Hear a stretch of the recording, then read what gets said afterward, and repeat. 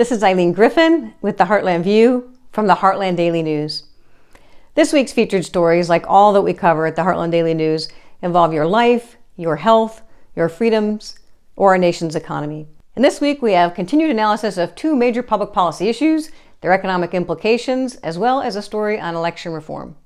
These issues are important as they're likely to affect your life and most certainly will affect our nation's economic future. So we're going to start with a report on the recent stimulus, then we're going to cover some more information about the proposed federal wage hike to $15 an hour. Then we're going to end with a story from the state of Iowa passing a major election law. So this stimulus package, this $1.9 trillion of taxpayer dollars, you might remember that. It's been recently signed, it's a done deal. So the question we're asking today is, did this amount of money save our economy from recession? That's a lot of money. While the states that imposed draconian lockdowns certainly hurt their economies and businesses, across the board, the country did start to recover really around the summer. By fall, the stock market hit new record highs. Unemployment fell to 6.3% in January, and the inflation-adjusted GDP in the fourth quarter 2020 was within 2% of the 2019 level. Macroeconomists disagree over whether government spending can lift an economy out of recession. Keynesians see a role for government stabilization, but other economists argue that government often causes recessions. New classical analysis has blown many holes in Keynesian theories. So even without a fiscal stimulus, our economy might not have faced a true recession in 2020. The COVID-19 slump arguably resembled an off-season shutdown in a resort community more than a recession. The major difference was that the pandemic shutdown was unexpected, whereas seasonal closures are planned. The economy could have been expected to bounce back on its own if the business closure and stay-at-home orders didn't last too long, and those orders varied widely from state to state. But how can we ascertain the result of all this stimulus spending? Well, the payroll protection plan and augmented unemployment payments probably kept some people employed and softened the financial blow for other people.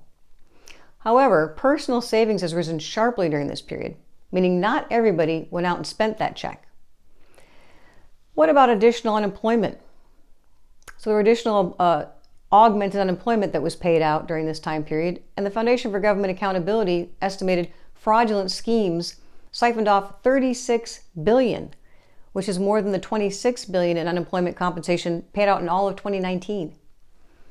And $1 trillion stimulus dollars were unspent as of January 2021, although some Republicans argued we should spend this money before approving Biden's proposal, but it was largely ignored. Those pushing for fiscal stimulus warned of rising unemployment and declining GDP without the stimulus. Well before the stimulus passed in December, unemployment was already falling, and GDP grew in the fourth quarter.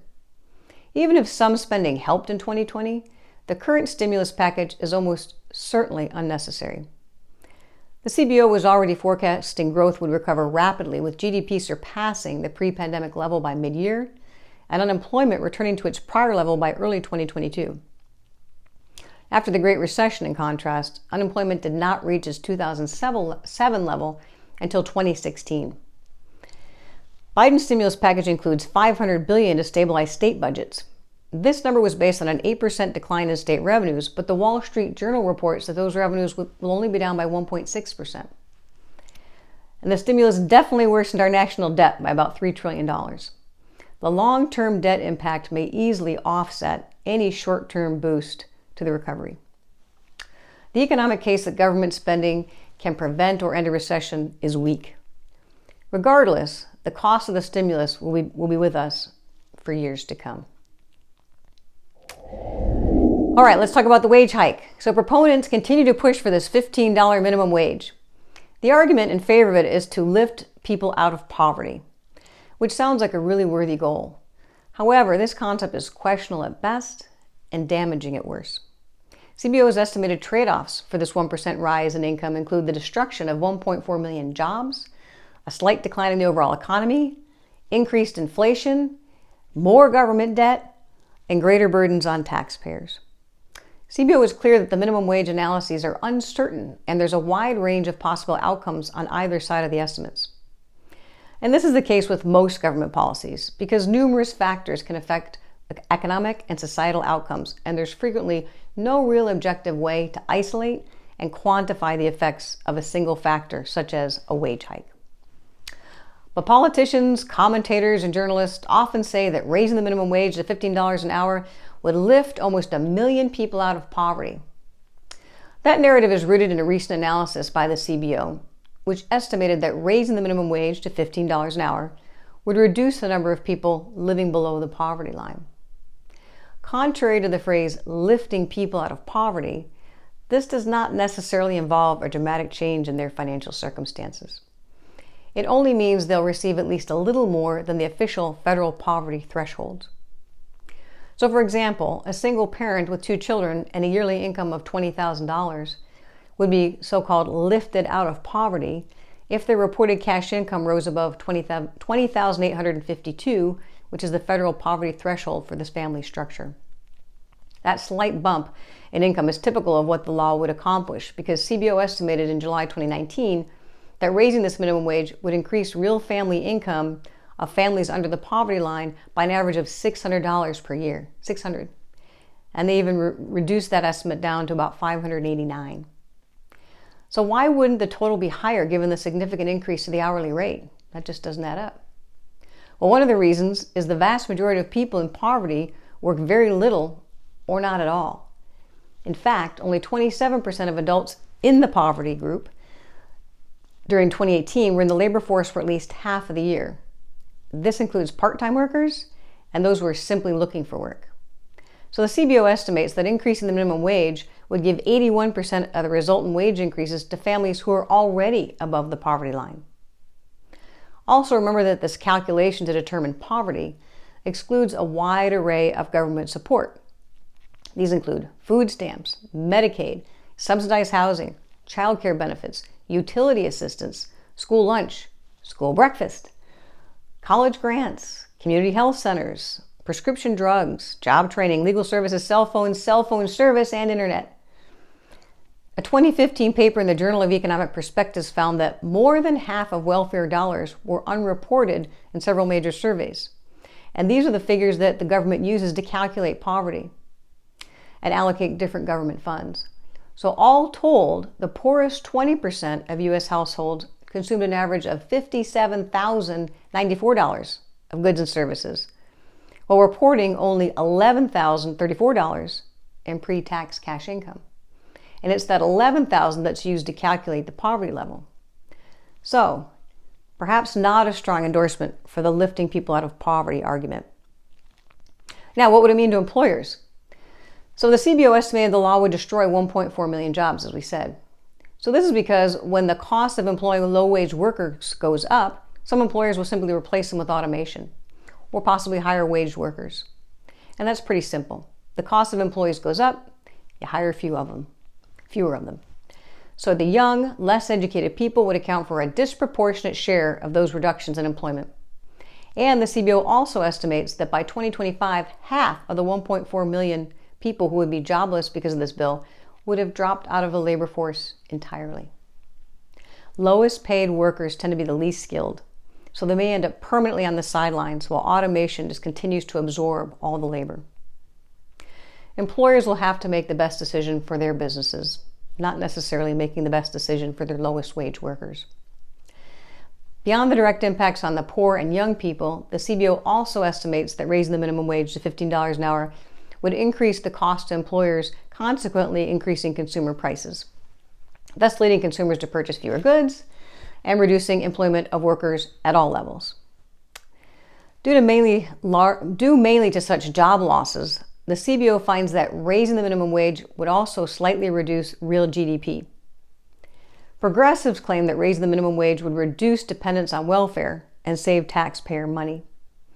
However, the same CBO analysis estimates that this law would cause spending on most social programs to rise, and it will increase the cumulative budget deficit over the 2021 to 2031 period by $54 billion. This is because raising the minimum wage would increase the price of goods and services purchased by social programs and make more people jobless. These individuals will become even more dependent on government, and the national debt will rise, creating a greater burden on taxpayers. Higher paid workers means higher prices, means higher inflation, and that means people get less for their money. In short, minimum wage laws force employers to pay certain employees more than the market rate for their services.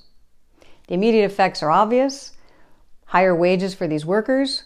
However, there are multiple other implications that should not be ignored. And that's the report. So let's move away from economics and talk a little bit about election laws. So Iowa is leading the way on election integrity. Iowa Governor Kim Reynolds recently signed significant election reform legislation. The new law decreases Iowa's early voting period and closes polls an hour earlier on Election Day. State Senator Robbie Smith, a Republican, says the new law will enhance Iowa's confidence in the elections in the state and by implementing common sense reforms, like providing a defined deadline on receipt of absentee ballots, aligning poll closing times for all Iowa elections closer to its bordering states, and bringing the absentee and early vote windows closer to the national average. Smith said, quote, "These reforms continue to make it easy to vote, but hard to cheat in Iowa elections. In order for our republic to maintain the consent of the governed, they must have confidence in our election system," end quote. In a statement released Monday, Governor Reynolds said the new law will give Iowans even greater confidence to cast their ballot, and it will promote more transparency and accountability. She said in her statement, quote, "It's our duty and responsibility to protect the integrity of every election. This legislation strengthens uniformity by providing Iowa's election officials with consistent parameters for Election Day, absentee voting, database maintenance, as well as a clear appeals process for local county auditors," end quote. The new law has polls closed an hour earlier, 8 p.m. instead of 9 p.m., and sets the deadline for voter registration 15 days before each election. The Des Moines Register reports that the new law significantly tightens the rules for when absentee ballots must be received by county auditors in order to be counted. Ballots must now arrive by the time the polls close in order to be counted. Prior to this legislation, ballots placed in the mail the day before Election Day could be counted as long as they arrived by noon the following Monday. State Senator Bobby Kaufman told the Daily Signal that this legislation was imperative in order to maintain the integrity of the election. Iowa Republican Party Chairman Jeff Kaufman praised the legislation in a statement after the bill was signed. He said the following, quote, "While our election systems were already strong, this bill improves upon the work Republicans did in 2017 when they passed voter ID laws. The 2020 election showed us where shortfalls in our system existed, and Iowa Republicans created solutions targeted at fixing these shortfalls," end quote. With Iowa leading the way, hopefully the rest of the country will have a model to follow for election integrity. And that's the report. That's this week's Heartland View. I hope you enjoyed it. If you'd like to support an organization that's working to protect your freedoms and provide information and analysis on really critical public policy issues, and there's an awful lot going on right now that you'll want to be aware of, please read about these stories and others on the Heartland Daily News, heartlanddailynews.com. Or if you'd like to support an organization that's working hard in these areas, please consider supporting the work of the Heartland Institute. You can find us online, heartland.org. Thank you for your time. Have a great week.